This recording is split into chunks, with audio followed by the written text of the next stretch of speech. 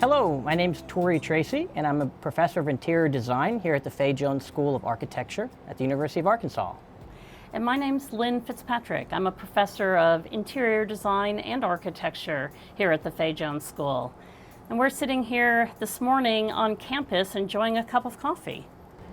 And I'm sure that you all would agree with us when we say that spending time with friends and family is a great thing to do, especially over some coffee or a meal. And on a really nice afternoon or evening, having that meal outside is also really nice. It helps with concentration and attention, and it just makes you feel good. And because we spend a lot of time indoors, it's always nice to be able to sit outside and connect with nature as much as possible. So today we're going to talk about how you would go about designing a space for you and your family or you and your friends outside to dine in. We sometimes refer to this as an outdoor room.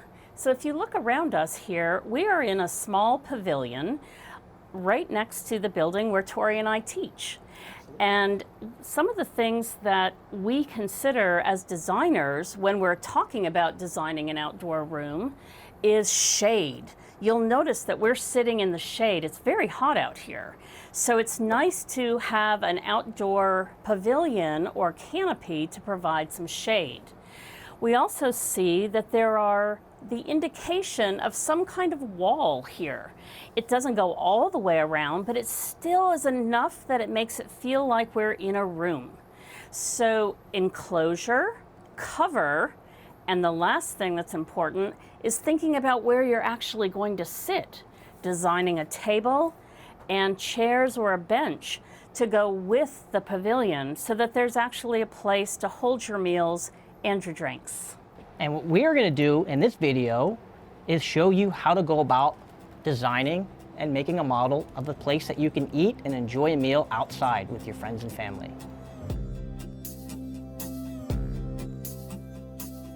In order to understand how large of a space you need to be comfortable outside eating under some shelter or protection, we're going to measure the height of the chair, we're going to measure the height of the table, we're going to measure the length of the table and the chair, and maybe compare that to the width of a body so that we know how many people we can fit.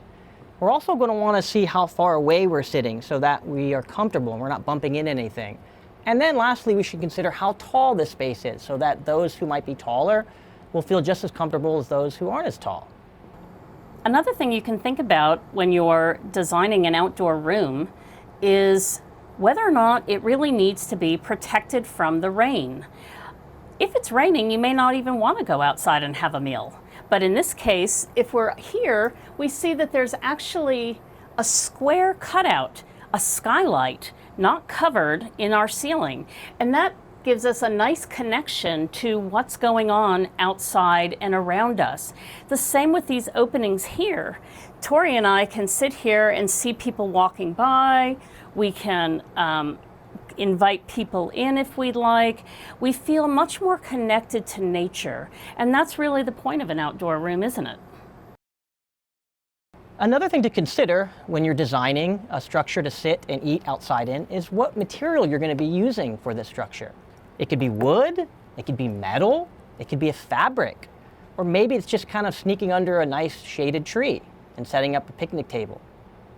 Of course, we're not going to make an actual structure in your backyards today, but what we are going to do is talk about making a model, a scale model of a structure that you design and create in your mind. And so we're going to talk not about building with wood so much, but around with things that we find around the house.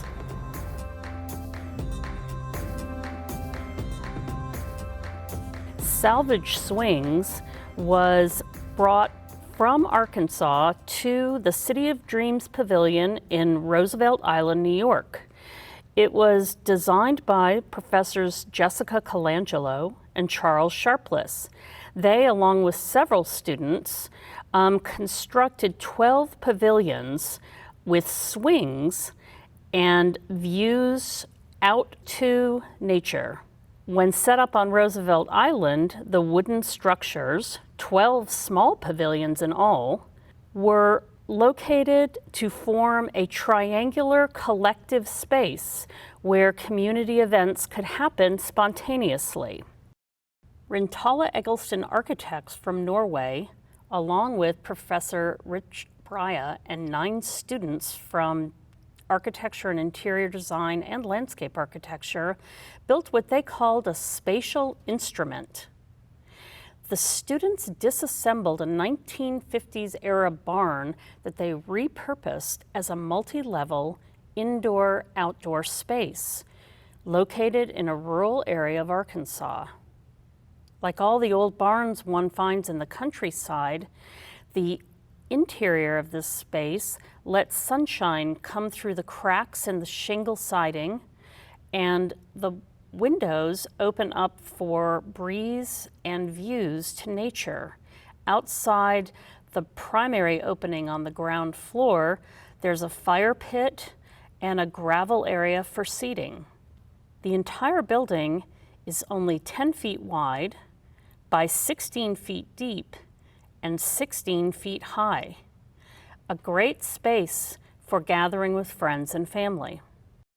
Somewhere Studio, Jessica Colangelo and Charles Sharpless, who are the lead designers and owners of Somewhere Studio, were commissioned by the Athens Cultural Affairs Commission in Athens, Georgia, to design 2 bus shelters to be located in the city of Athens.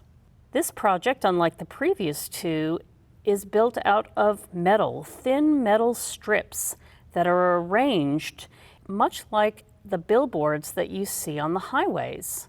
The lenticular arrangement of metal strips means that as you move by the pavilion, it changes in color and in the amount of light that you can see through it. This makes the pavilions exciting both from the outside, if you're driving by, and from the inside as you shift positions on the bench. This project, called the Fayetteville Outdoor Theater, was designed in 2017 with Professors William Massey, who was visiting the school, and Angela Carpenter, along with 12 architecture and interior design students. The project was meant to question, what is film? Why would you go to a theater when you can watch a movie on your phone? So what they did was create this outdoor theater from steel tubes. The tube steel was cut into various lengths and joined together using an ancient Japanese joinery technique from the 16th century. Instead of tables and chairs or built-in benches, students went from the high-tech tubular structure to the thrift stores and purchased couches and lawn chairs to bring to set onto the theater for movie watching and just general gathering in the outdoors. The site already has a good atmosphere with the arches and flowers.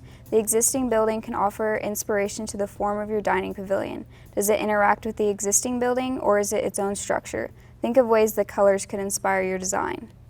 This site creates a view of your dining pavilion. The mountain scenery can be an inspiration for the form of your dining pavilion. Located in Palm Springs, California, this site's weather is always sunny.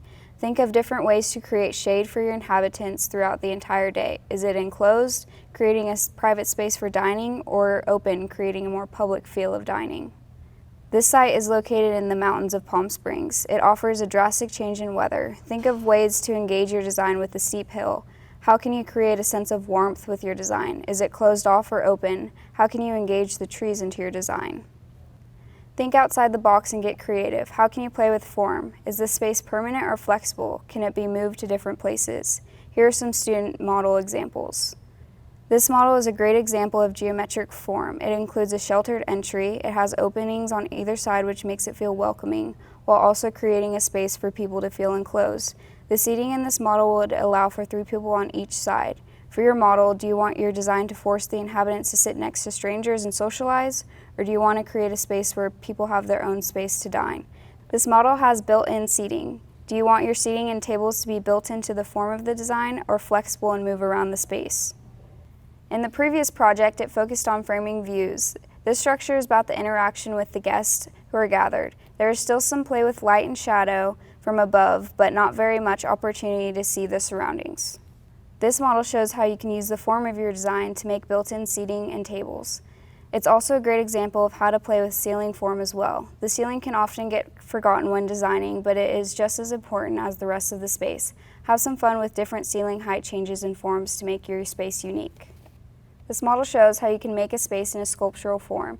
Taking inspiration from a tree, this model creates a shaded space for people to use. Think of ways to make your design stick out from the rest. Taking inspiration from nature is always a good idea to explore. We often will make detail models for presentations. It is usually at a larger scale to show details of the design. This model is an example of a chair and table detail model that a student designed. Try making a detail model when still in the design process to help yourself understand your design at a larger scale. So today you are going to design your own outdoor dining area. And it's going to involve a spot outside, a table, and then some chairs that will accommodate 6 people. And lastly, a shelter itself. And you are going to be designing this from a 1 inch equals 1 foot scale. So that means for every inch that you make your model, it's going to be 1 foot in reality.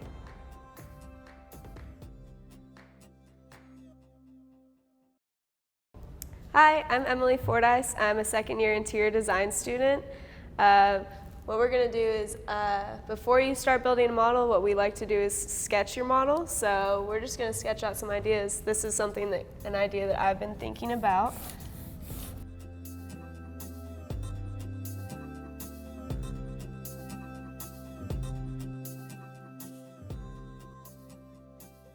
So right now I'm making the exterior structure. So this is going to be kind of our canopy, or what holds our canopy. So right now it's just very geometrical.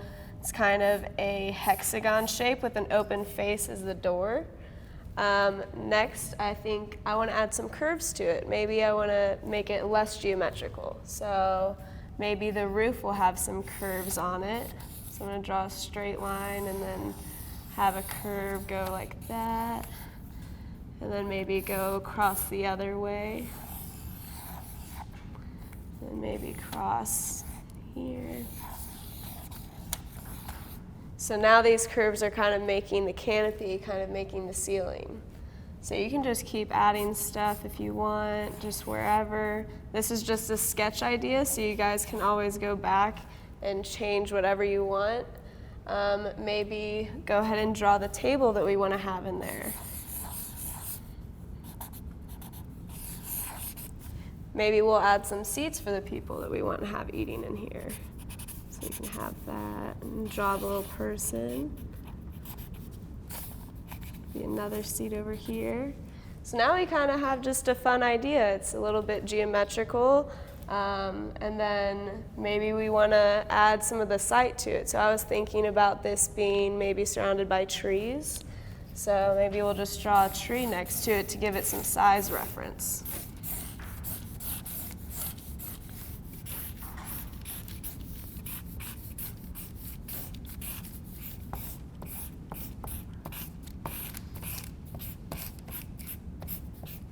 So just a fun little thing to make it to where you have a size reference. So now we kind of get a feel for how this might feel actually out in the open on the site. If you want, you can always just draw birds to give it some life, whatever you guys want, but you can just keep adding more and more, and then maybe you want to take this in a different idea and do another sketch.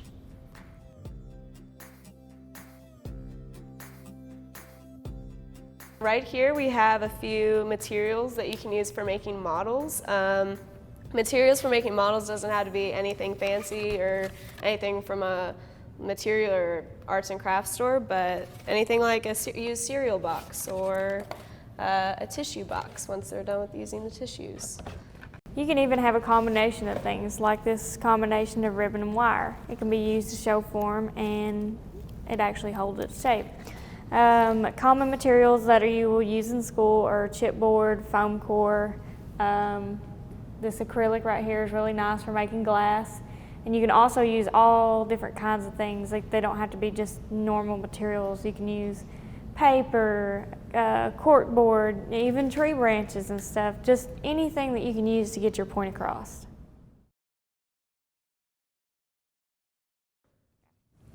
Before I begin and show you how to make your own model, I'm going to show you some that I've done previously. These are like the sketches that you draw on paper, but more in a more physical form. They show more geometric forms like this one, or they can be more organic like this one. Anyway, their use is just to get a point across and get ideas through. They can be different and made out of many different materials. They don't have to be perfect. Now I'm going to show you how to start to make your own sketch model. What we're going to try and achieve is this over here. So I'm going to just show you how we get from here to here. So what you'll do is you'll put your ruler down to make a straight edge, and you're going to use your scissors to score it. You don't want to cut all the way across this through the material. You just want to make a line that is easy to fold on. So we'll drag it down with our ruler, straight edge, done. Once you've scored it, it makes it very easy to fold it and to make shapes. Sort of like this. And with them being scored, they'll hold their shape and look nice, crisp, and clean, like here. Now that we've done this, I'll go to one that I've already done. This is just a quick sketch model of the previous sketch that was drawn on paper. We can easily make and show ideas that we want to represent, and they don't have to be perfect. They can be ugly, they can be not very well done, but it conveys the ideas that you're wanting to do. So for this one, this is something similar to what we're wanting to do. Just a sketch and an idea. They don't have to be pretty, they don't have to be exact. You'll go through several iterations of this before you eventually find a solid idea. Once you've capitalized on the solid idea, you'll go to the final stage of model making. And you'll get a little more complex, and you'll end up with models that look like this, that show details of elements, seating elements inside, and window apertures, and the more detailed and refined models. We hope that you've enjoyed creating a scale model of an outdoor dining space that you could use in your backyard or in your neighborhood. Remember, spend this evening and dine al fresco. And have fun spending time with family and friends.